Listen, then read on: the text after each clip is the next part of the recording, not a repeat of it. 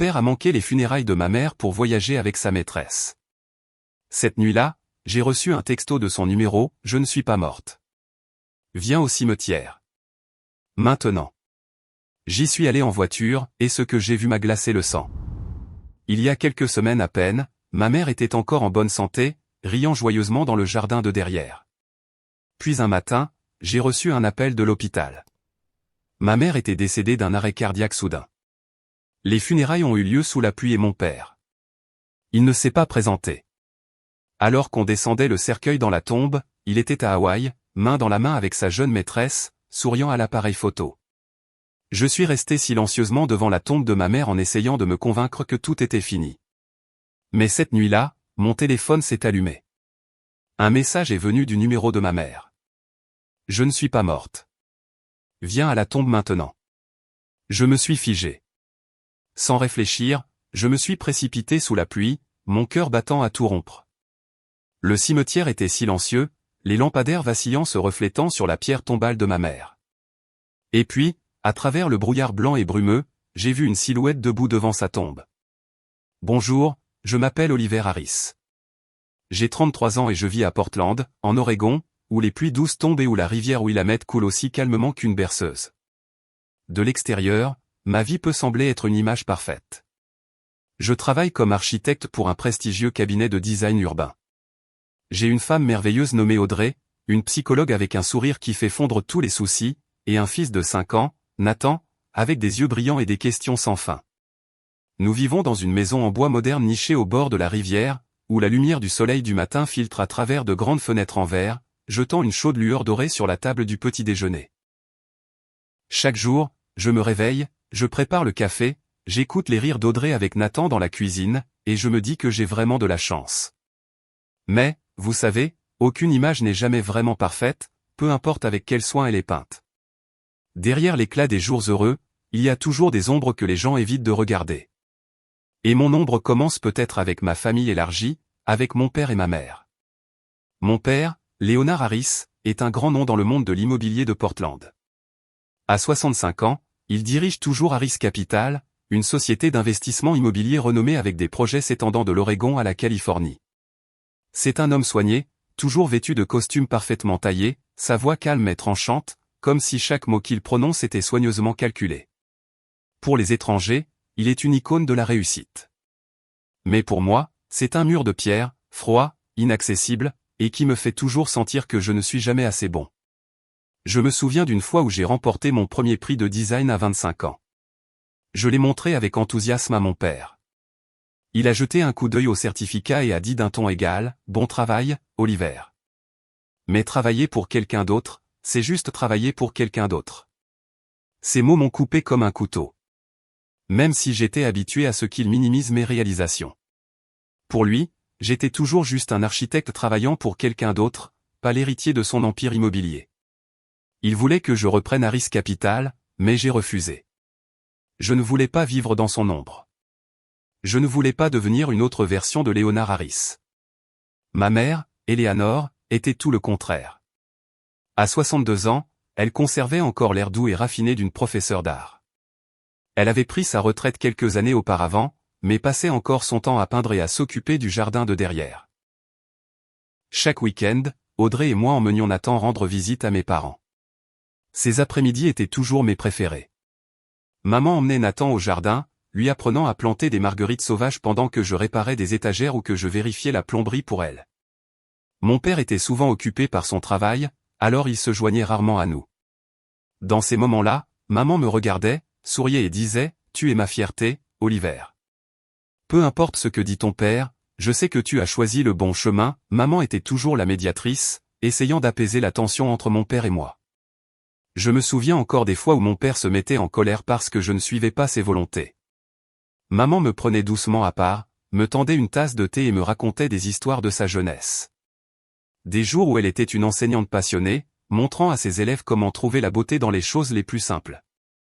Elle était ma lumière, celle qui me faisait croire que je n'avais rien à prouver à personne, pas même à mon père. Ma vie continuait comme ça, en équilibre précaire entre les jours heureux avec Audrey et Nathan et les ombres de ma relation tendue avec mon père.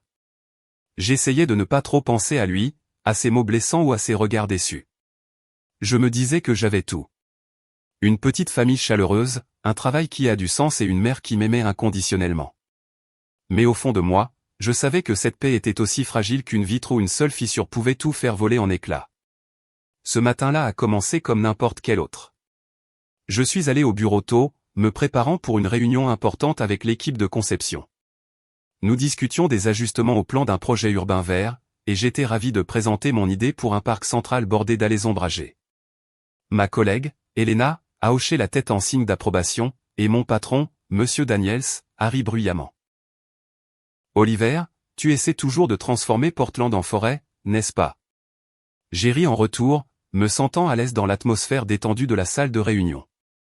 Puis mon téléphone a vibré. J'ai jeté un coup d'œil à l'écran et j'ai vu un numéro inconnu. Normalement, je ne réponds pas aux appels pendant les réunions, mais quelque chose dans la sonnerie insistante m'a donné un mauvais pressentiment.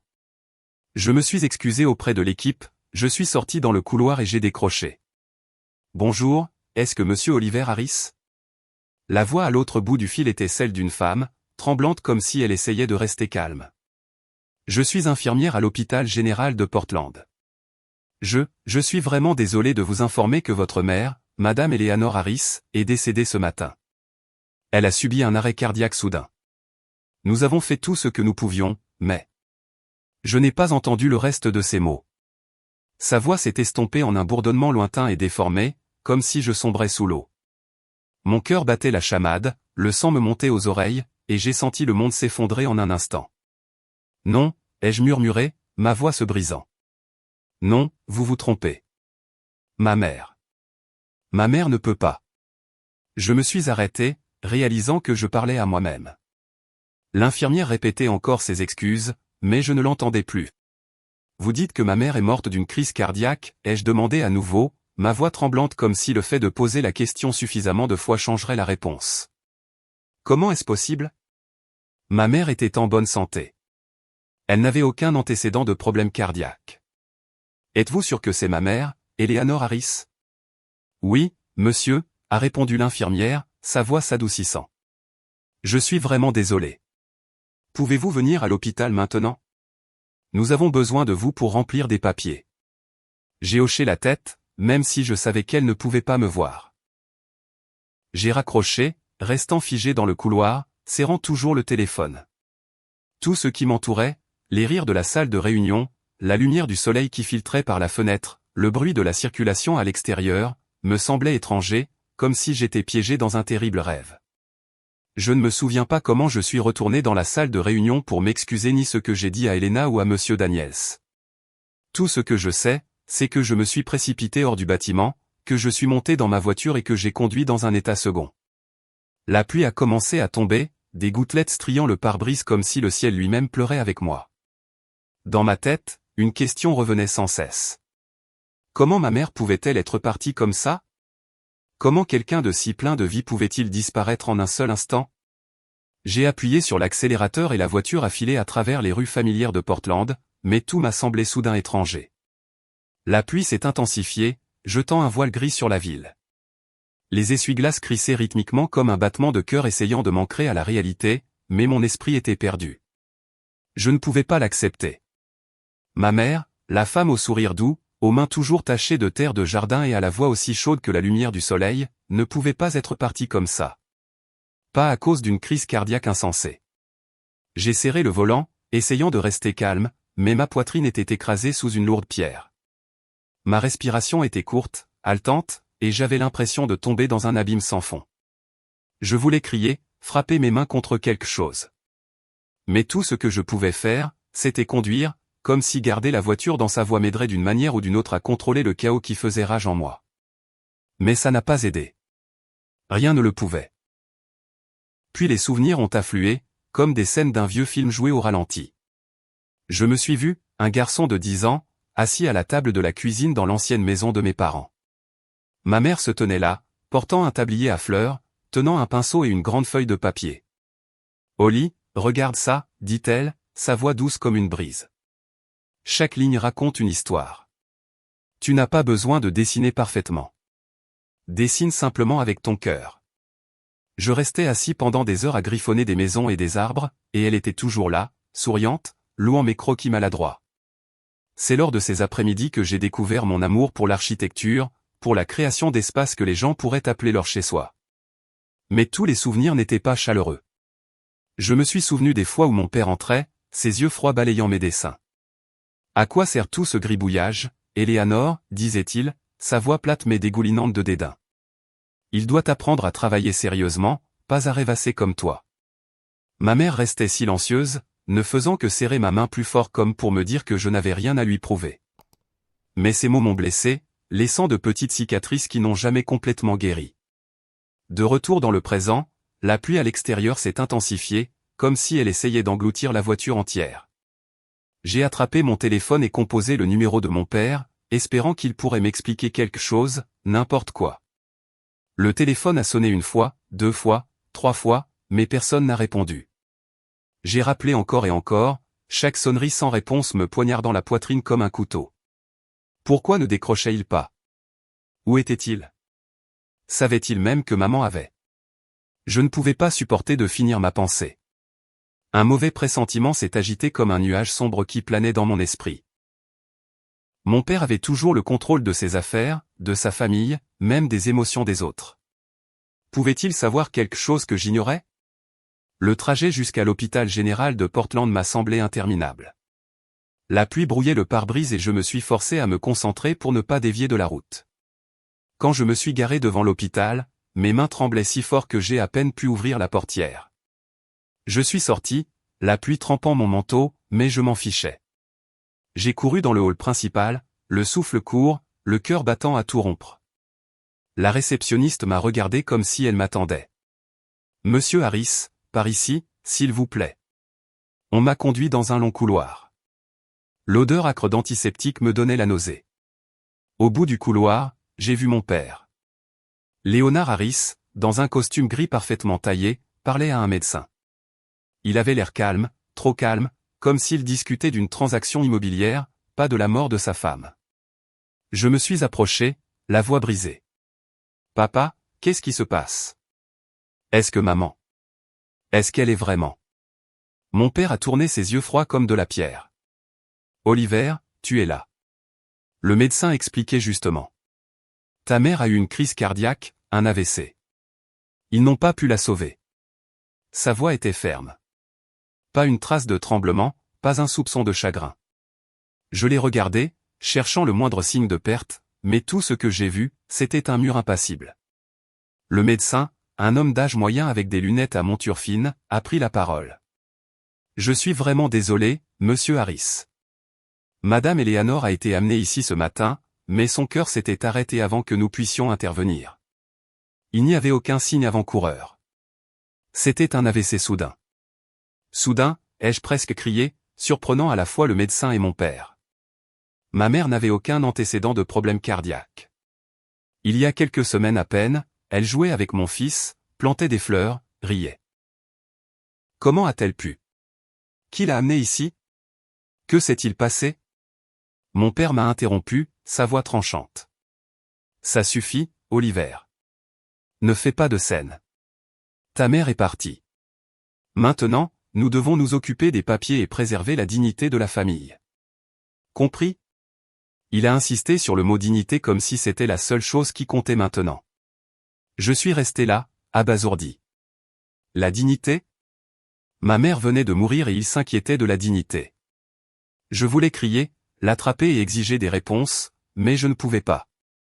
Une infirmière s'est approchée, me tendant un sac avec les effets personnels de ma mère, un petit portefeuille, les boucles d'oreilles en perles qu'elle aimait et un mouchoir brodé de marguerite. J'ai serré le mouchoir, sentant mon cœur se briser. La faible odeur de son parfum persistait sur le tissu, comme si elle était encore quelque part près de moi.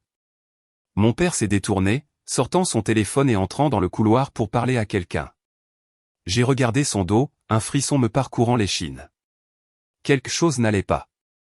Il était trop calme, trop détaché. La femme avec qui il avait vécu pendant plus de 30 ans était partie. Pourtant, il était là, signant des papiers, passant des appels comme si c'était un jour comme un autre au bureau. Je me suis laissé tomber sur une chaise dans la salle d'attente, les affaires de ma mère toujours sur mes genoux. Le couloir de l'hôpital était froid, le bruit des pas et des conversations des infirmières résonnant comme s'ils venaient d'un autre monde. J'ai baissé les yeux sur le mouchoir, mes doigts traçant les marguerites brodées. Dans mon esprit, les images du sourire radieux de ma mère se mêlaient au regard froid de mon père. Le mauvais pressentiment s'est renforcé, comme un courant sous-jacent qui m'entraînait vers le fond. La mort de ma mère n'était pas simple. Je ne savais pas pourquoi, mais je le sentais au plus profond de mes os. 3 jours plus tard, je me tenais devant le cimetière à la périphérie de Portland, où le ciel gris semblait prêt à tout avaler. La pluie avait cessé, mais l'air était lourd et humide, comme si les cieux eux-mêmes retenaient leur souffle pour faire leurs adieux à ma mère. Je m'étais occupé de tout pour les funérailles, du choix du cercueil à l'organisation de la cérémonie en passant par les fleurs. Mon père n'a pas aidé du tout. Il a appelé la veille au soir, sa voix froide comme le rideau.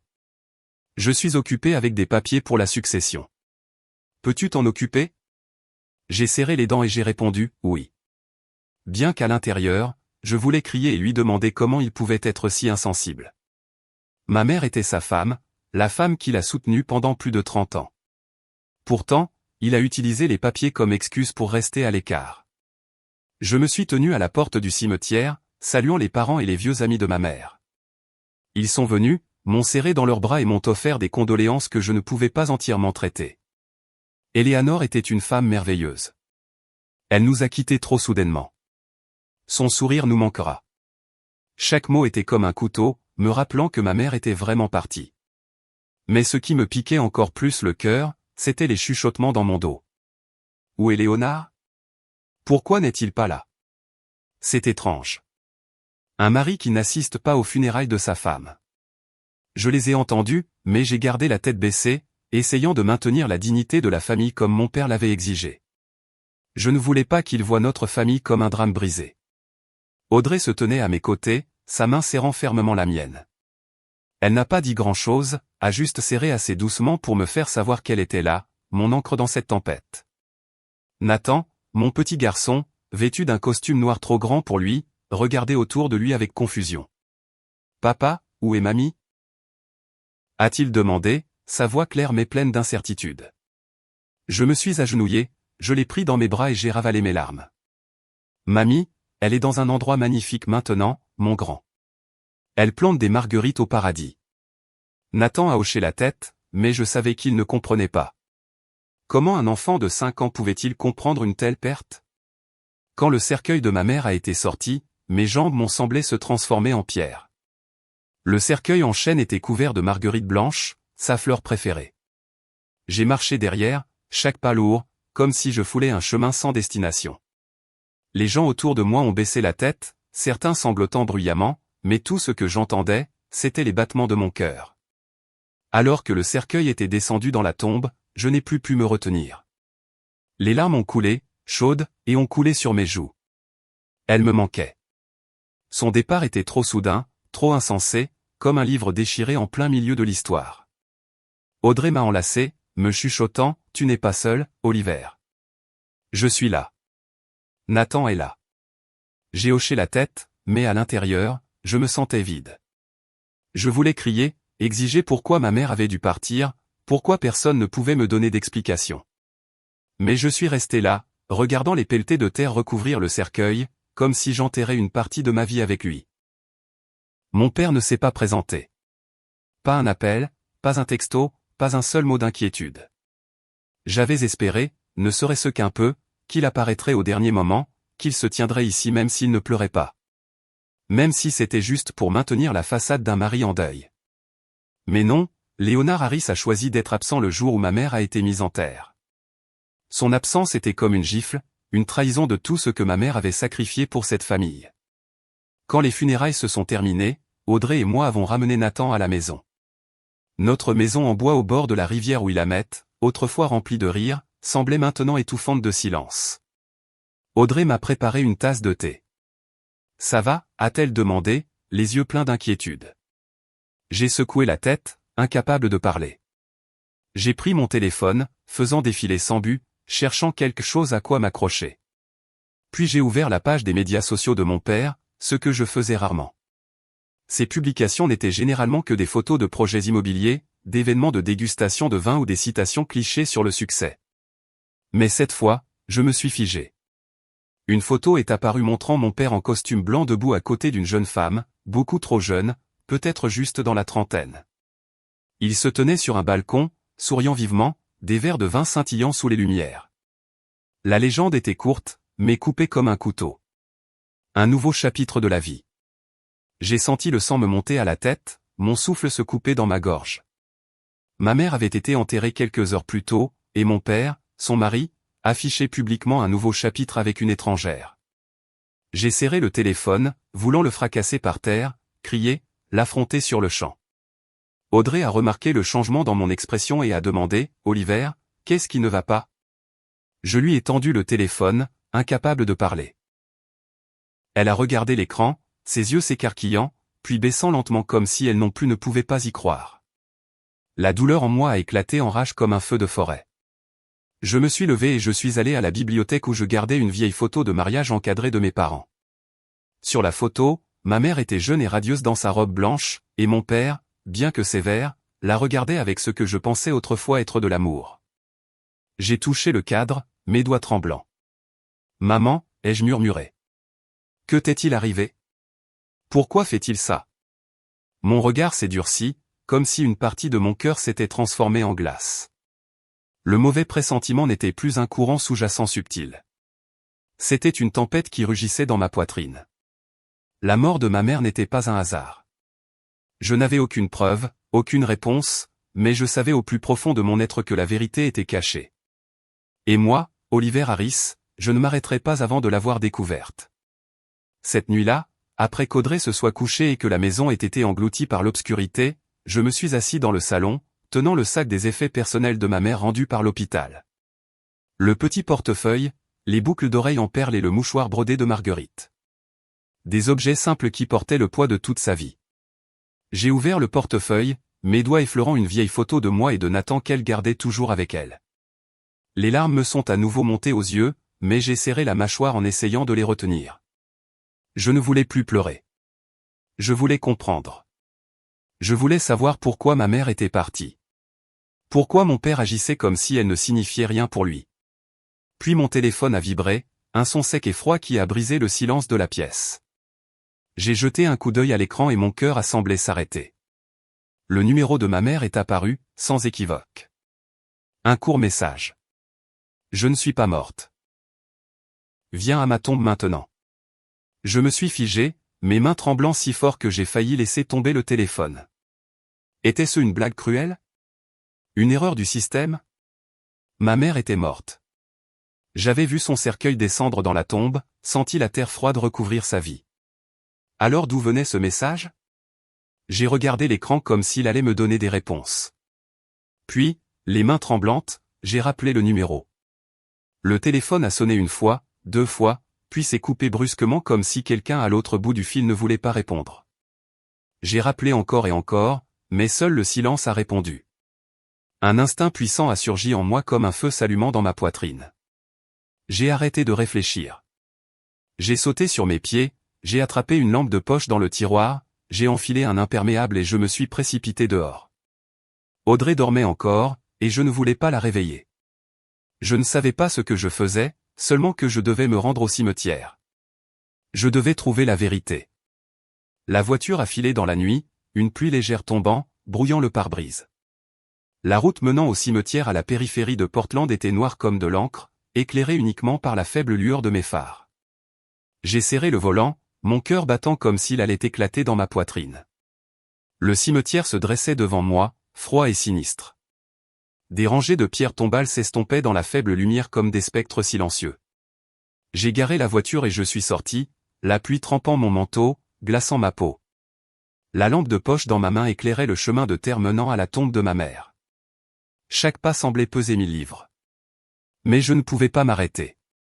Je devais savoir. Je devais voir. En approchant de la tombe, je me suis figé. Une silhouette se tenait là, à quelques mètres, juste devant la pierre tombale fraîchement recouverte. Une silhouette frêle, tremblante, mais douloureusement familière. J'ai dirigé la lampe de poche et le faisceau a éclairé son visage. Ma mère. C'était elle, plus mince, ses cheveux emmêlés par la pluie, mais ses yeux toujours brillants, toujours chauds, toujours ma mère.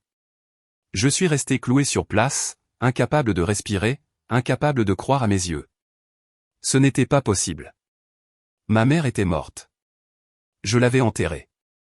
Au lit, murmura-t-elle, sa voix faible mais claire. Puis elle a éclaté en sanglots, ses frêles épaules tremblant. Je me suis précipité en avant, la serrant dans mes bras, les larmes coulant de manière incontrôlable. Elle semblait si réelle que c'en était bouleversant. La chaleur de son corps, la faible odeur de son parfum, l'étreinte que je pensais avoir perdue pour toujours.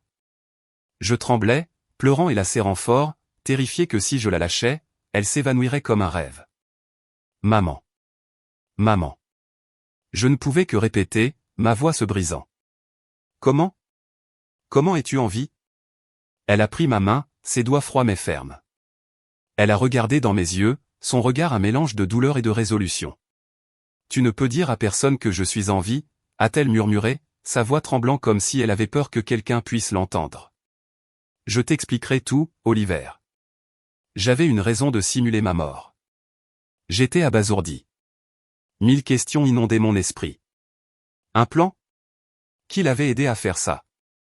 Pourquoi avait-elle dû simuler sa mort? Et pourquoi m'avait-elle choisi moi? Me confiant ce message? Je voulais demander, comprendre, mais aucun mot ne sortait. La pluie continuait de tomber, légère et froide, nous enveloppant d'un fin voile de brume. Nous nous tenions là, à côté de sa tombe fraîchement recouverte, dans le cimetière sombre, comme deux fantômes perdus dans une histoire surréaliste. La peur et le mystère m'enveloppaient. Mais à ce moment-là, je savais une chose. Ma mère était en vie. Soudain, ma mère m'a attrapé la main, m'éloignant de la faible lueur de la lampe de poche. Ce n'est pas sur ici, a-t-elle murmuré, sa voix tremblante mais résolue. Suis-moi, Oliver. Nous devons parler. J'ai hoché la tête, mon esprit encore sous le choc, et je l'ai suivi à travers les rangées de pierres tombales, le long d'un chemin étroit menant hors du cimetière. La pluie a trempé mon manteau, mais je ne sentais pas le froid. Les seuls sentiments qui me parcouraient étaient le choc, mêlé de joie et d'une peur sans nom. Elle m'a conduit à une vieille voiture garée au coin de la rue, une berline argentée délavée qui ne ressemblait à aucun véhicule de notre famille. Elle a ouvert la portière et m'a fait signe de monter. J'ai hésité, la regardant, toujours incapable de croire qu'elle se tenait devant moi, en chair et en os. Maman, es-tu sûre que ça va? Ai-je demandé, ma voix hésitante. Elle a seulement hoché la tête, ses yeux un mélange de tendresse et de tension. Monte, mon fils.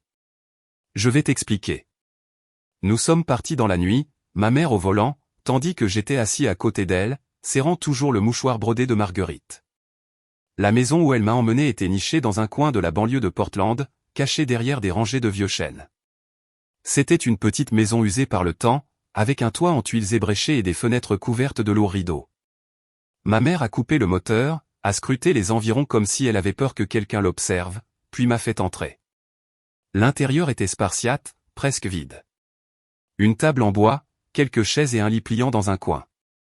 Ce n'était en rien comparable au luxueux manoir qu'elle avait partagé avec mon père. Elle m'a versé un verre d'eau, mais je n'ai pas bu. Je me suis assis, la regardant, attendant. Elle s'est assise en face de moi, ses mains fines étroitement jointes comme si elle essayait de ne pas s'effondrer. Je sais que tu es en colère, commença-t-elle, sa voix, en colère que je t'ai caché ça, que je t'ai laissé endurer la douleur de me perdre. Mais tu dois comprendre, Oliver, je n'avais pas d'autre choix. J'ai secoué la tête, essayant de réprimer la vague d'émotion. Maman, pourquoi? Pourquoi as-tu dû faire ça? Pourquoi as-tu dû simuler ta mort? Et papa, est-ce qu'il a quelque chose à voir avec ça? Le simple fait de mentionner mon père faisait bouillir mon sang. L'image de lui avec la jeune femme sur la photo des médias sociaux me transperçait le cœur comme un couteau. Ma mère a pris une profonde inspiration, ses yeux s'assombrissant comme si elle passait au crible des souvenirs douloureux. Ça a commencé il y a quelques mois, dit-elle. Ton père, il a changé, Oliver. Il est devenu plus froid, plus impitoyable. J'ai découvert qu'il avait une liaison avec une jeune femme, une certaine Vanessa, qui travaille dans son entreprise. Il ne se contentait pas de se faufiler. Il était flagrant, comme s'il voulait m'humilier. J'ai serré les poings, essayant de ne pas l'interrompre. Je m'en étais douté après avoir vu cette photo, mais l'entendre le confirmer était comme un coup de poing dans la poitrine. Elle a continué, sa voix tremblant de colère et de douleur. Quand je l'ai confronté, il n'a pas nié. Au lieu de cela, il m'a menacé. Il voulait que je signe des actifs, des actions dans l'entreprise, des propriétés, tout ce qui était à mon nom. Il a dit, si je n'étais pas d'accord, je disparaîtrais. Disparaître, ai-je répété, ma voix s'étranglant. Tu veux dire que papa a menacé de te tuer? Elle a hoché la tête, ses yeux rouges de larmes. Je n'étais pas sûr qu'il irait jusqu'au bout, mais j'ai senti le danger. Il a commencé à me surveiller, Oliver. J'ai trouvé des caméras cachées dans la chambre, dans le salon. Il entrait dans des colères noires sans raison, et une fois, il m'a même poussé quand j'ai refusé de signer les papiers. Une nuit, il a perdu le contrôle, hurlant que je regretterais de ne pas lui obéir. C'est là que j'ai su que je devais faire quelque chose pour me protéger. Je suis resté assis en silence, sentant le monde s'écrouler à nouveau. Mon père, l'homme que je pensais simplement autoritaire et froid. Pouvait-il être aussi cruel? Je me suis souvenu de son regard sans émotion à l'hôpital, de la façon dont il a signé les papiers à la hâte, comme si la mort de ma mère n'était qu'une autre tâche à cocher. Mais elle n'avait pas fini. J'avais une vieille amie à l'hôpital général de Portland, dit-elle, sa voix plus ferme, comme si elle racontait un plan soigneusement calculé. Elle s'appelle Martha. Je lui ai tout raconté, et elle a accepté d'aider. J'ai prévu de simuler une crise cardiaque. La gouvernante ne savait rien, alors quand je me suis effondré, elle a paniqué et a immédiatement appelé à l'aide. Tout s'est déroulé comme prévu. À l'hôpital, Martha a enregistré que j'avais fait un arrêt cardiaque et m'a aidé à partir par une sortie de secours. Ils ont utilisé un mannequin pour remplacer le corps. Tout le monde, y compris votre père, a cru que j'étais morte. J'ai écouté, la tête me tournant. Maman, tu as tout planifié. Mais pourquoi ne me l'as-tu pas dit? Sais-tu à quel point ça m'a fait mal de penser que tu étais parti? Ma voix s'est brisée, déchirée entre la colère et l'amour. J'ai pensé aux derniers jours, aux nuits blanches, aux larmes aux funérailles. Elle m'avait laissé endurer tout ça sans le moindre indice. Elle a baissé la tête, des larmes coulant sur ses joues. Je suis désolé, Oliver. Je voulais te le dire, mais je ne pouvais pas prendre le risque. Ton père, il est trop dangereux. S'il avait soupçonné la moindre chose, je ne sais pas ce qui serait arrivé. Je t'ai choisi parce que je savais que tu ne m'abandonnerais pas, parce que tu es le seul en qui j'ai confiance. Je l'ai regardée, le cœur déchiré. J'avais pitié d'elle, cette femme qui avait dû mettre en scène sa propre mort pour survivre. Mais j'étais aussi en colère. En colère d'avoir été tenu dans l'ignorance. En colère contre mon père, l'homme que j'appelais papa, pour l'avoir poussé à ce point. L'image de lui dans son costume parfait avec ce sourire froid me semblait maintenant une menace. Je pensais autrefois qu'il était juste autoritaire, mais maintenant je voyais qu'il était bien plus dangereux. Elle a serré ma main, ses yeux résolus. Je n'avais pas d'autre choix, Oliver. Simuler ma mort était le seul moyen de survivre et de le faire baisser sa garde. Mais maintenant, j'ai besoin de toi. Nous devons découvrir la vérité avant qu'il ne découvre que je suis encore en vie. Je suis resté figé. Chaque mot de ma mère transperçait le choc, me saisissant comme un couteau. Dehors, la pluie battait sans relâche sur le toit de tôle, se mêlant aux respirations saccadées de ma mère et de moi dans la petite maison de banlieue. La faible lumière jaune projetait des ombres sur son visage décharné, soulignant les lignes de peur et de résilience gravées sur ses traits. J'ai regardé cette femme que je croyais avoir perdue à jamais, et j'ai senti un feu s'allumer dans ma poitrine. La douleur, la rage et l'amour pour ma mère ont fusionné en une froide détermination. Je la protégerai et je ferai payer mon père, Leonard Harris, pour ce qu'il avait fait. Mais je savais que ce n'était pas le moment d'agir de manière impulsive. Si ma mère avait raison, si mon père était vraiment aussi dangereux qu'elle le disait, nous avions besoin de preuves, d'un plan solide. Je lui ai serré la main, ma voix. Maman, je ferai tout ce qu'il faut pour t'aider. Mais j'ai besoin de savoir ce que tu veux que je fasse. Par où commençons-nous? Elle a soupiré. Ses yeux balayant la pièce vide comme si elle cherchait un point d'ancrage. Nous avons besoin de preuves, Oliver. Des preuves de ce qu'il a fait. Pas seulement à moi, mais tout ce qu'il a caché par le passé. Ton père est prudent, mais il est trop confiant maintenant. Il pense que je suis morte, que personne ne se dresse sur son chemin. C'est notre chance. J'ai hoché la tête, bien que mon esprit soit encore en plein désarroi. Je voulais crier, affronter mon père sur le champ, mais je savais qu'elle avait raison. Nous devions agir intelligemment, pas émotionnellement. Je garderai ce secret, maman, dis-je, ma voix plus ferme que je ne l'aurais cru. Je ne le dirai à personne, pas même à Audrey ou à Nathan. Mais tu dois me promettre que tu ne disparaîtras plus. Je ne pourrai pas supporter de te perdre une seconde fois. Elle a esquissé un sourire triste, me caressant doucement la joue, comme elle le faisait quand j'étais enfant. Je te le promets, Oliver. À partir de maintenant, je ne te cacherai plus rien. En rentrant chez moi cette nuit-là, j'avais l'impression de vivre dans deux mondes. L'un était la chaleureuse maison en bois au bord de la rivière Willamette, où Audrey et Nathan dormaient paisiblement, où je pensais autrefois que tout était parfait.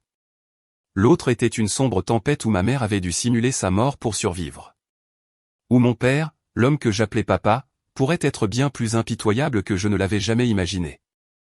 Je me suis glissé dans la maison en silence, faisant attention de ne pas réveiller Audrey. Elle était allongée dans son lit, sa respiration régulière, mais je ne pouvais pas la rejoindre. Je me suis assis dans le salon, regardant la photo encadrée de ma mère sur le petit autel, me demandant comment je pourrais garder ce secret pour la femme que j'aimais plus que tout. Le lendemain matin, j'ai essayé d'agir normalement. J'ai préparé du café, fait des toasts pour Nathan et les conduit à la maternelle. Audrey m'a regardé, ses yeux pleins d'inquiétude. « Ça va, Oliver ?» a-t-elle demandé, sa main reposant légèrement sur mon épaule. « On dirait que tu n'as pas dormi de la nuit. » J'ai forcé un sourire, essayant de cacher la tension. « Ça va, chérie. C'est juste que je ne suis toujours pas habitué à l'absence de maman. » Audrey m'a serré dans ses bras et j'ai ressenti une pointe de culpabilité de ne pas lui dire la vérité. Mais j'avais promis à ma mère et je ne pouvais pas prendre le risque. Pas parce que je n'avais pas confiance en Audrey, mais parce que je craignais que la moindre erreur ne mette ma mère en danger. Pendant ce temps, ma mère restait cachée dans la maison de banlieue, ne me contactant que par un téléphone crypté fourni par un vieil ami. Chaque fois que je recevais un message d'elle, mon cœur s'emballait comme si je vivais dans un thriller d'espionnage. « N'appelle pas directement », m'a-t-elle ordonné. « Envoie des textos seulement quand c'est nécessaire. Et sois prudent, Oliver. Ton père n'est pas facile à duper. » Pendant que ma mère vivait comme un fantôme, mon père, Léonard Harris, se délectait d'un style de vie somptueux. J'ai consulté ses médias sociaux et chaque publication me poignardait le cœur. Il était sur un yacht en Californie, le bras autour de la jeune femme nommée Vanessa, souriant comme s'il n'avait jamais perdu sa femme depuis 30 ans. Une autre publication de Vegas avec un verre de vin et une légende, la liberté, c'est vivre en accord avec soi-même. J'ai serré le téléphone, voulant le fracasser, mais je savais que je devais rester calme. Mon père était trop confiant, comme l'avait dit ma mère. C'était notre avantage. J'ai décidé d'utiliser son absence pour agir. Le manoir familial où j'ai grandi, où ma mère s'occupait autrefois de son jardin de marguerites, est devenu ma cible. Je savais que mon père avait un bureau privé où il gardait des documents importants. S'il y avait la moindre preuve de ce qu'il avait fait à ma mère, ce serait là. Un soir, après qu'Audrey et Nathan se soient endormis, je me suis rendu au manoir. La nuit était noire, seules de faibles lumières de rue éclairaient la route menant à la maison. J'avais encore une clé, mais je ne voulais pas allumer de lumière ni attirer l'attention. Je suis entré, le cœur battant, me sentant comme un voleur dans ma propre maison d'enfance. Le bureau de mon père se trouvait au 2e étage, derrière une lourde porte en chêne avec une serrure électronique. Heureusement, je connaissais le code, l'anniversaire de ma mère, un détail qui me paraissait à la fois amer et ironique. À l'intérieur, la pièce était, comme je m'en souvenais, un grand bureau en bois, des étagères remplies de classeurs et une faible odeur de cuir. J'ai commencé à chercher, en faisant attention de ne rien déranger. Les tiroirs étaient pleins de contrats, de factures et de documents commerciaux de routine. Mais je savais que mon père n'était pas si simple. Il cachait toujours les choses importantes là où personne ne penserait à chercher. Après près d'une heure de recherche, j'ai remarqué un panneau sur le mur derrière le bureau qui semblait déplacé. Je l'ai tapoté légèrement et j'ai entendu un son creux. Mon cœur s'est emballé. À l'aide d'un coupe-papier du bureau, j'ai délicatement ouvert le panneau. Derrière se trouvait un petit coffre-fort ancien avec une serrure à combinaison. J'ai essayé plusieurs combinaisons. L'anniversaire de mon père, celui de ma mère, le mien, mais aucune n'a fonctionné. Finalement, j'ai essayé leur anniversaire de mariage, et le coffre-fort s'est ouvert avec un clic sec. À l'intérieur se trouvait un trésor de sombres secrets. j'ai trouvé des relevés bancaires montrant des transferts massifs vers des comptes offshore, en Suisse, aux îles Caïmans, des endroits dont je n'avais entendu parler que dans des scandales financiers. Il y avait des contrats falsifiés avec la signature de ma mère, transférant des actions et des propriétés que je savais qu'elle n'aurait jamais accepté de céder. Mais ce qui m'a glacé le sang, c'est une petite clé USB, une vieille pile de journaux et quelques cassettes. J'ai branché la clé USB sur mon ordinateur portable, les mains tremblantes. Un fichier audio est apparu, enregistré il y a plus de 20 ans. J'ai appuyé sur lecture et la voix de mon père s'est fait entendre, dure et pleine de colère. « Tu crois que tu peux me contrôler pour toujours, Charles ?» a-t-il crié. « Cette fortune m'appartient, pas à toi ni à ta fille. » La voix qui répondait était celle de mon grand-père. « Charles, calme mais ferme. Léonard, tu ne toucheras pas un centime à moins qu'Éléanore ne soit d'accord. Tu le sais. » La dispute s'est intensifiée, les menaces de mon père devenant de plus en plus sombres jusqu'à ce que l'enregistrement se coupe brusquement. J'ai ouvert la pile de journaux, le cœur battant. C'étaient des journaux locaux datant de plus de 20 ans, avec des titres sur un accident de voiture qui avait tué mes grands-parents. Je me souvenais que ma mère m'avait dit, la voix lourde de chagrin, qu'ils étaient morts lors d'un voyage d'affaires. À l'époque, j'avais pensé que c'était une tragédie aléatoire. Mais maintenant, en reconstituant l'enregistrement, le ton plein de ressentiment de mon père et le moment de l'accident quelques jours plus tard, j'ai commencé à soupçonner. Mon père était-il directement impliqué? Avait-il fait quelque chose pour s'emparer de l'héritage de ma mère? J'ai tout photographié, sauvegardant les données sur mon téléphone et un disque dur de rechange. Puis je suis retourné à la maison de banlieue, le cœur lourd. Quand je l'ai dit à ma mère, elle est restée assise en silence, ses mains tremblantes serrant son verre d'eau. J'ai toujours soupçonné, a-t-elle murmuré, des larmes coulant sur son visage. J'ai toujours senti que la mort de mes parents n'était pas normale, mais je n'avais aucune preuve, et je ne pouvais pas me résoudre à croire que Léonard pouvait aller aussi loin. Je lui ai pris la main, sentant le monde s'écrouler à nouveau. « Maman, nous n'avons pas seulement affaire à un mari infidèle, » ai-je dit, ma voix tremblant de colère. Nous avons affaire à quelqu'un qui pourrait avoir caché des crimes pendant 20 ans. Elle a hoché la tête, ses yeux non plus seulement remplis de chagrin, mais brûlants de résolution. Nous le démasquerons, Oliver. Pour moi, pour toi, et pour tous ceux qui l'a blessé. J'ai regardé ma mère, une femme qui avait tant enduré, et j'ai senti un feu s'allumer dans ma poitrine. Ce n'était pas la rage aveugle de la colère, mais une détermination froide et aiguisée, comme une lame affûtée à la perfection. Mon père, Léonard Harris, avait bâti un empire sur des mensonges, des trahisons et peut-être des crimes que je n'avais pas osé imaginer. Mais maintenant, il allait affronter la vérité, et ma mère et moi serions ceux qui lèveraient le rideau. Je lui ai serré la main, ma voix, mais résolue. Maman, nous ferons ça correctement. Pas d'impulsivité, pas de laisser les émotions prendre le dessus. Nous devons construire un dossier solide pour que, quand il tombera, il ne se relèvera pas. Elle a esquissé un sourire faible mais ferme. Tu es vraiment mon fils, Oliver. Toujours minutieux, toujours à réfléchir avant d'agir. Je connais quelqu'un qui peut nous aider. Charlotte Wells, une avocate spécialisée en finance et en succession. C'était ma meilleure amie à l'université. Si quelqu'un sait comment traiter les hommes comme ton père, c'est bien Charlotte. J'ai hoché la tête, sentant une étincelle d'espoir dans l'obscurité. Alors, par où commençons-nous, maman? Les documents que j'ai trouvés, les relevés bancaires, les contrats falsifiés, l'enregistrement. Sont-ils suffisants pour commencer? C'est suffisant pour commencer, dit-elle, ses yeux s'illuminant. Mais nous avons besoin de plus. Ton père est prudent. Il ne se laissera pas prendre facilement.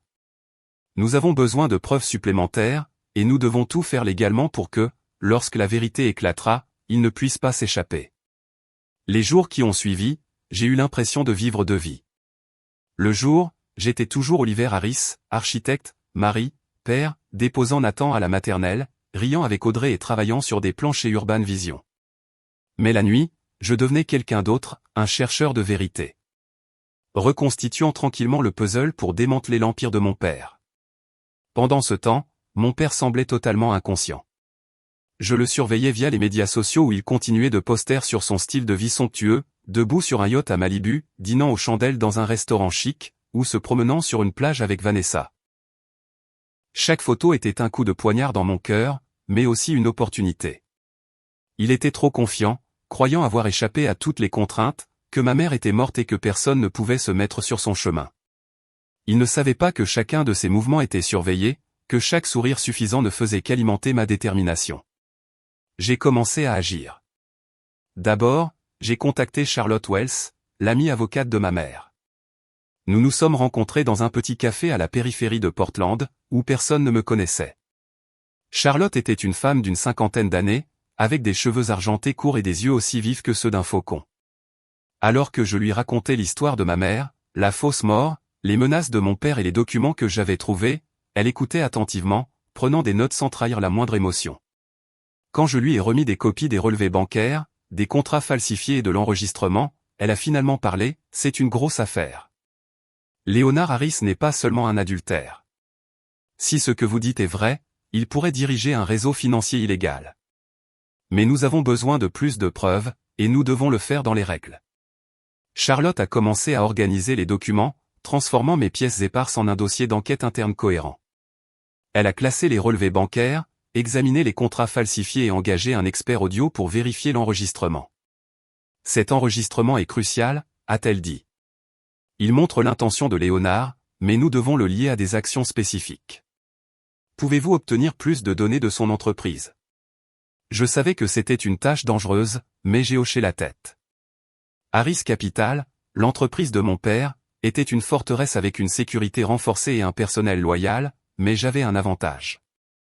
J'étais le fils de Leonard Harris.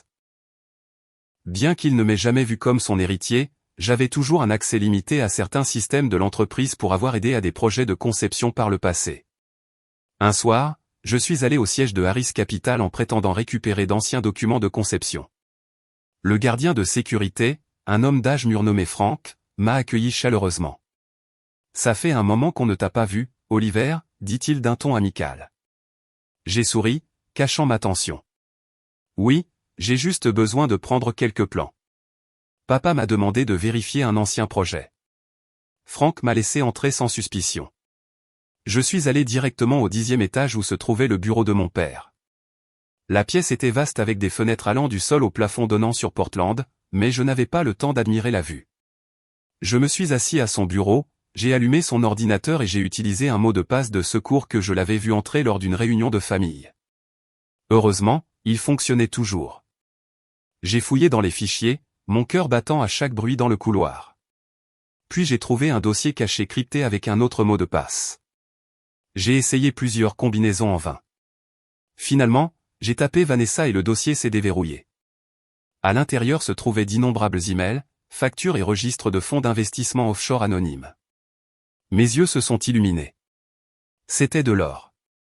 J'ai tout copié sur une clé USB, mes mains tremblant si fort que j'ai failli la laisser tomber.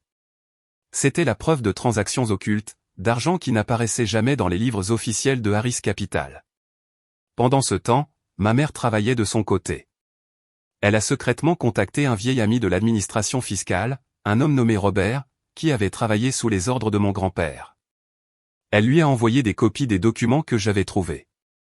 Quelques jours plus tard, Robert a rappelé, la voix grave. Eleanor, ce que tu m'as envoyé est une bombe. Léonard a 4 comptes offshore totalisant plus de 30 millions de dollars non déclarés. C'est une preuve claire de blanchiment d'argent et d'évasion fiscale. Je vais transmettre cela aux agences fédérales, mais toi et Oliver devez être prudents.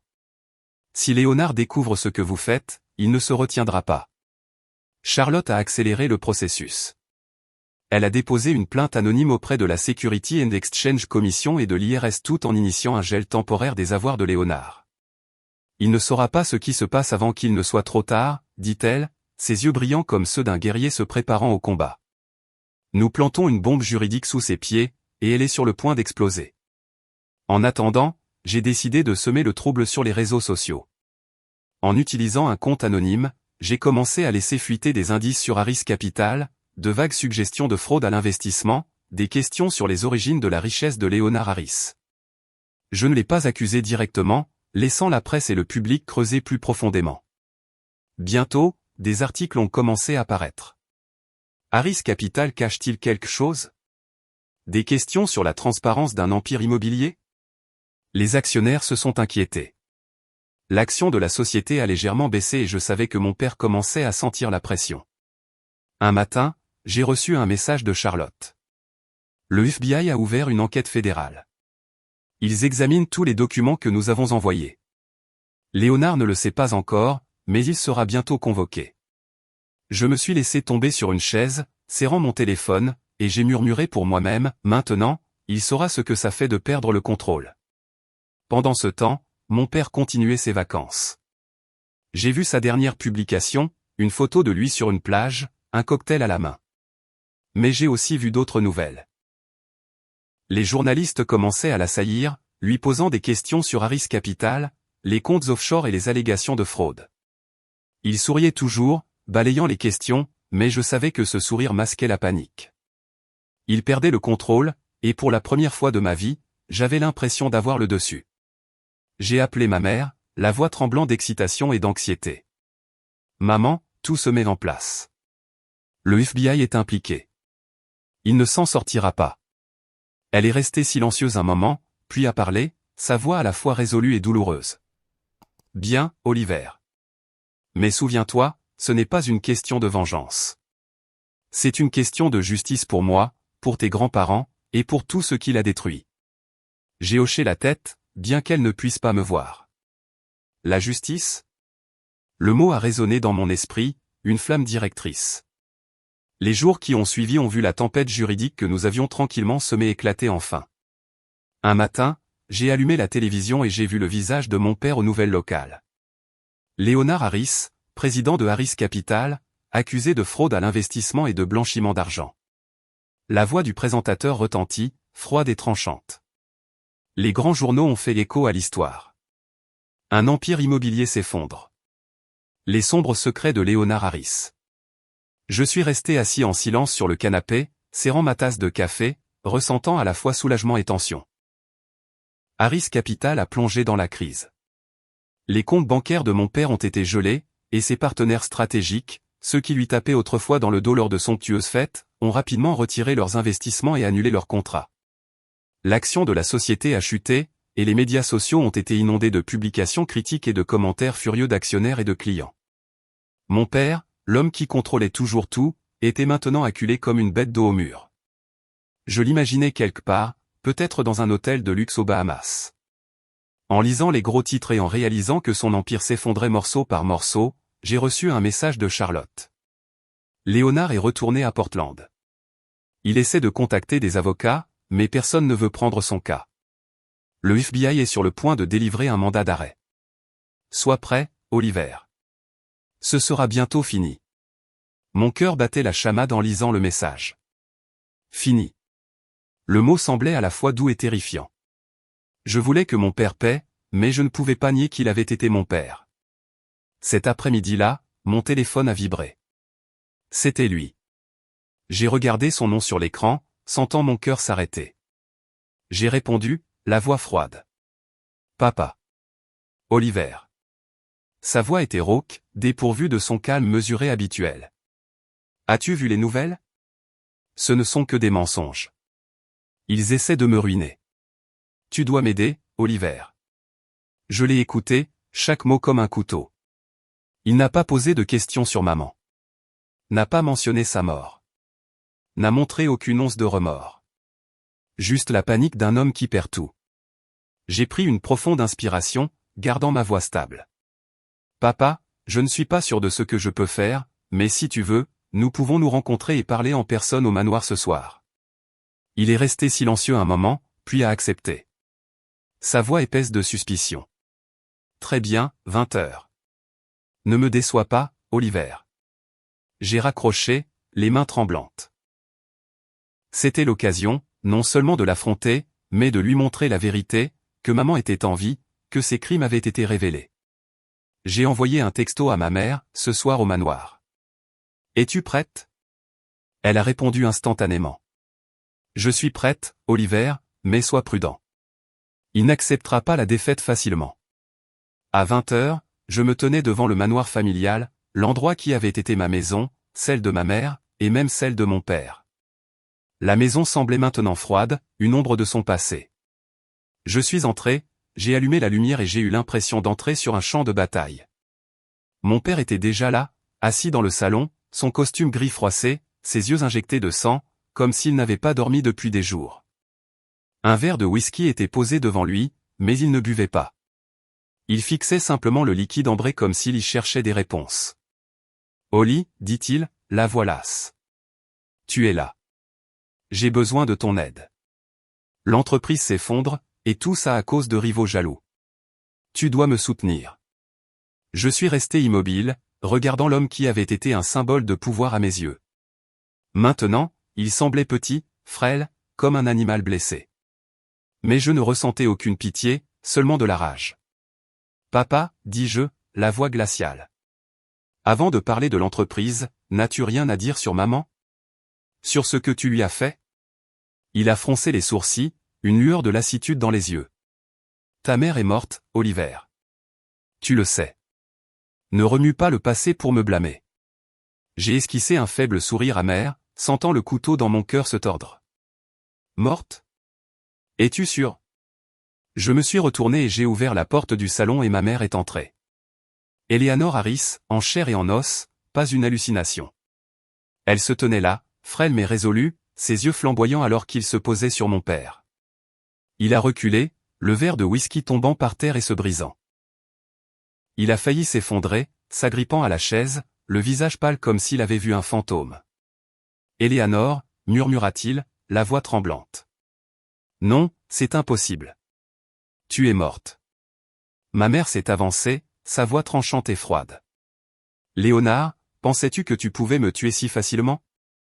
Pensais-tu que tu pouvais tout prendre, mes biens, ma famille, même ma vie, sans en payer le prix? » Il a secoué la tête, ses yeux passant de la panique à la colère.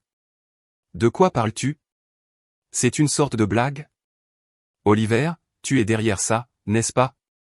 Vous deux, vous conspirez pour me piéger. » Je me suis avancé, me tenant à côté de ma mère, ma voix calme mais lourde de poids. « Papa, arrête de faire semblant. Nous savons tout. Les comptes offshore, les contrats falsifiés, comment tu as menacé maman pour saisir ses biens. Et puis il y a mes grands-parents. Pensais-tu que leur accident de voiture resterait un secret pour toujours? » Ma mère a continué, sa voix tremblant de douleur. « Léonard, je t'ai aimé autrefois. Je pensais que tu étais juste ambitieux, mais tu as tué mes parents, n'est-ce pas? Pour leur fortune. Et tu comptais me faire la même chose. » Il a ri, mais c'était un son creux et désespéré. « Vous êtes tous les deux fous. Je n'ai tué personne. C'était un accident. Et toi, Eleanor, tu penses que tu peux mettre en scène une fausse mort pour me ruiner? Tu n'as aucune preuve. » J'ai sorti mon téléphone et j'ai joué le fichier audio. La dispute entre lui et mon grand-père d'il y a plus de 20 ans. Sa voix pleine de ressentiment menaçait mon grand-père pour la fortune. En l'écoutant, son visage a pâli, mais il a quand même essayé de crier, « Ça ne prouve rien. Vous me calomniez. » Mais avant qu'il ne puisse en dire plus, le hurlement des sirènes de police a retenti à l'extérieur. La porte s'est ouverte en grand et des agents fédéraux ont fait irruption, les armes au fourreau, les yeux froids. Un officier s'est avancé, brandissant un mandat d'arrêt. « Léonard Harris, vous êtes en état d'arrestation pour blanchiment d'argent, fraude à l'investissement et complicité de meurtre. » Il a été menotté là, dans la maison qui avait été un symbole de son pouvoir. Des journalistes attendaient déjà à l'extérieur, les appareils photo crépitants, capturant le moment où l'homme autrefois salué comme l'icône du succès de Portland était emmené comme un criminel. Alors qu'il était escorté, mon père s'est retourné, ses yeux un mélange de haine et de désespoir. « Tu le regretteras, Eleanor, a-t-il grogné. Mais ma mère est restée là, silencieuse, ses yeux non plus remplis de douleur, mais de la résolution de quelqu'un qui avait gagné. Mais ce n'était que le début. L'affaire contre Léonard Harris est rapidement devenue une frénésie médiatique nationale. Les informations du matin et du soir, les grands journaux et les publications virales sur les réseaux sociaux se sont tous concentrés sur lui. Plus l'entrepreneur à succès, mais le cerveau d'un sombre réseau financier. Les charges étaient clairement énoncées. Blanchiment d'argent, fraude à l'investissement, évasion fiscale et complicité dans la mort de mes grands-parents. Ma mère et moi avons été appelés comme témoins clés au procès. Le jour où nous sommes entrés dans la salle d'audience, mon cœur battait la chamade, non pas par peur, mais par la prise de conscience que c'était le dernier moment pour affronter mon père. La salle était bondée de gens, de journalistes, d'avocats et d'anciens partenaires commerciaux de mon père, qui le regardaient maintenant avec des yeux inconnus. Il était assis sur le banc des accusés, son costume gris froissé, ses cheveux visiblement plus blancs, son visage décharné. Il ne me regardait ni moi ni ma mère, il baissait seulement les yeux, ses yeux vides comme ceux d'un homme qui avait tout perdu. Quand ma mère a pris la barre, je l'ai vue plus forte que jamais. Elle a tout raconté. Les années de menaces de mon père, les fois où il l'a forcé à signer des documents, et ses soupçons sur la mort de mes grands-parents. Sa voix n'a pas vacillé, n'a pas faibli, comme si toute sa douleur s'était transformée en force. J'ai dû simuler ma mort pour survivre, a-t-elle dit, regardant directement mon père. Mais je n'ai pas fait ça par vengeance. Je l'ai fait pour protéger mon fils, pour protéger ce qui restait de ma famille. Mon père a baissé la tête davantage, n'offrant aucune réponse, aucune défense. Je savais qu'il n'avait plus rien à dire. Quand ce fut mon tour, je me suis levé et j'ai regardé mon père une dernière fois. « Tu as dit un jour que je n'étais pas assez bon, ai-je dit, ma voix calme et tranchante. Mais je n'ai pas besoin de ton approbation. J'ai juste besoin que ma mère soit en sécurité et que la vérité soit révélée. » Il a finalement levé les yeux, ses yeux creux, comme si son âme avait abandonné son corps. Je ne savais pas s'il ressentait des remords, mais je savais une chose. L'homme devant moi n'était plus mon père. Le procès s'est terminé par une peine de 30 ans de prison. Tous les biens de mon père ont été saisis, et Harris Capital a officiellement fait faillite. Plusieurs employés de haut rang ont été interrogés pour leur implication. Et le sombre réseau financier que mon père avait bâti pendant des années a été complètement démantelé.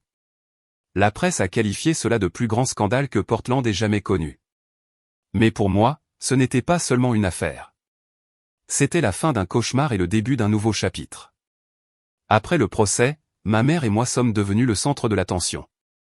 Les médias l'ont surnommée la femme revenue d'entre les morts, transformant son histoire en un symbole de résilience. Ma mère, avec sa nature douce mais résolue, a choisi de s'éloigner des projecteurs.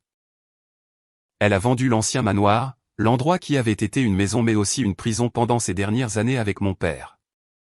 Le produit de la vente a été donné à une fondation soutenant les femmes victimes de violences domestiques et de manipulations financières.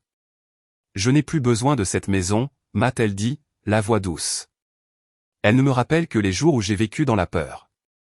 Elle a déménagé dans une petite maison sur la côte de l'Oregon où elle a vécu paisiblement, plantant des marguerites sauvages et peignant.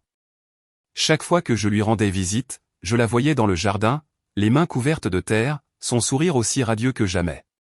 Elle enseignait la peinture aux enfants du quartier, partageant des histoires sur la façon de trouver la beauté dans les choses simples. En la regardant, je savais qu'elle s'était retrouvée, n'étant plus une ombre de Léonard Harris. J'ai changé aussi. J'ai quitté Urban Vision, ne voulant plus être lié à de grandes entreprises. Au lieu de cela, j'ai ouvert un petit studio appelé Eleanor Design, spécialisé dans les espaces verts et les logements communautaires. Mon objectif était simple mais clair. Construire des maisons où les gens craignaient autrefois de retourner. Chaque projet était un moyen de guérir, non seulement pour moi, mais aussi pour d'autres qui avaient vécu dans des maisons pleines de blessures comme ma mère et moi. Quand Audrey a appris toute la vérité sur ma mère et ce que j'avais fait, elle est restée sans voix sous le choc. « Oliver, pourquoi ne me l'as-tu pas dit ?» a-t-elle demandé, les yeux rouges de larmes. Je lui ai pris la main, je me suis excusé de l'avoir tenue dans l'ignorance et je lui ai expliqué que je ne voulais pas la mettre en danger. Elle m'a serré dans ses bras, me chuchotant « Je suis fier de toi, mais ne me cache plus jamais rien, d'accord ?» J'ai hoché la tête, sentant un poids se soulever de ma poitrine. Audrey et Nathan sont restés mes plus grands piliers. Nous rendions souvent visite à ma mère. Les voyages sur la côte de l'Oregon sont devenus une joie pour toute la famille. Nathan courait dans son jardin de marguerites en riant pendant qu'elle lui apprenait à dessiner un dinosaure. Audrey et ma mère s'asseyaient sur le porche en sirotant du thé et en discutant comme de vieilles amies. En les regardant, mon cœur se réchauffait. C'était ma famille. Pas parfaite, pas glamour, mais remplie d'amour et de sincérité. Avec le temps, l'affaire de Léonard Harris s'est estompée, mais ses échos sont restés profondément ancrés dans mon esprit. Chaque fois que je passais devant l'ancien bâtiment de Harris Capital, maintenant juste une coquille de béton vide avec une pancarte poussiéreuse, à louer, je ne ressentais plus de haine. Au lieu de cela, je ressentais une pointe de regret, non pas pour mon père, mais pour l'homme qu'il aurait pu être. Il avait tout, une famille, une carrière et la chance de vivre une vie pleine de sens. Mais il a choisi la cupidité, la trahison, et s'est finalement perdu. J'ai commencé à écrire mon histoire, non pas pour que le monde la lise, mais pour Nathan. Un jour, quand il sera plus grand, je veux qu'il la lise et comprenne que la vie ne se résume pas à ce que l'on accomplit, mais à la façon dont on fait face à ses défis. Et j'ai écrit sur la plus grande leçon que j'ai apprise. La justice ne consiste pas en des représailles, mais en l'audace de défendre ce qui est juste, même si cela signifie s'opposer à sa propre famille. Nathan, mon petit garçon, est ma lumière la plus vive. Je passe plus de temps avec lui enseignant l'honnêteté, la gentillesse et la protection des personnes vulnérables. Un jour, alors que nous dessinions dans le jardin de ma mère, Nathan a levé les yeux et a demandé « Papa, est-ce que mamie est une super-héroïne ?» Elle a battu le méchant. J'ai ri, lui ébouriffant les cheveux, « Tu as raison, mon grand.